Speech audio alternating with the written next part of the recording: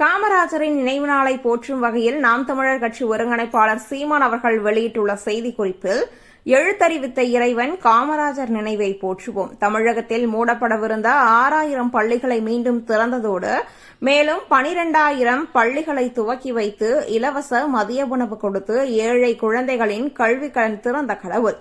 தமிழகத்தின் முக்கிய அணைகளை கட்டியதோடு 33,000 நீர்நிலைகளை சீரமைத்து வேளாண்மை செழிக்க வழி செய்த பெருந்தகை. 18க்கும் மேற்பட்ட மிக பெரும் பொதுத்துறை நிறுவனங்களை தொடங்கி தொழில் வளர்ச்சிக்கு வித்திட்டவர்.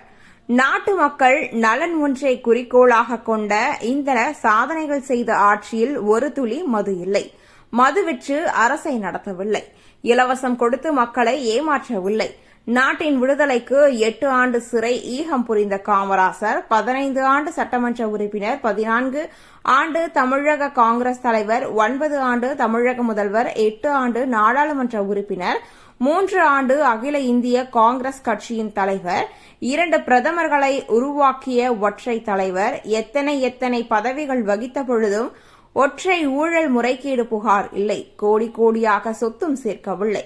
குடும்ப வாரிசுகளுக்கு பதவியும் கொடுக்கவில்லை. உண்மையும் நேர்மையுமான ஒப்பற்ற தூய ஆட்சி தந்து தமிழகத்தினை முன்னேற்றிய தனி பெரும் தலைவரின் ஆட்சி காலத்தில் நாங்கள் வாழவில்லையே என்ற ஏக்கம் நெஞ்சில் நிழல் ஆடுகிறது. அரசியல் தூய்மைக்கு, அப்பழுக்கற்ற பொது வாழ்விற்கு வரை விலக்கணமாய் தன்னலம் கருதாது வாழ்ந்த தன்னிகரற்ற தலைவனை தமிழகம் தோற்கடித்த பிறகுதான் தடம் மாறி போனது. இன்று வரை வரலாற்று பிழையிலிருந்து மீள முடியாமல் தத்தளித்துக் கொண்டிருக்கிறது.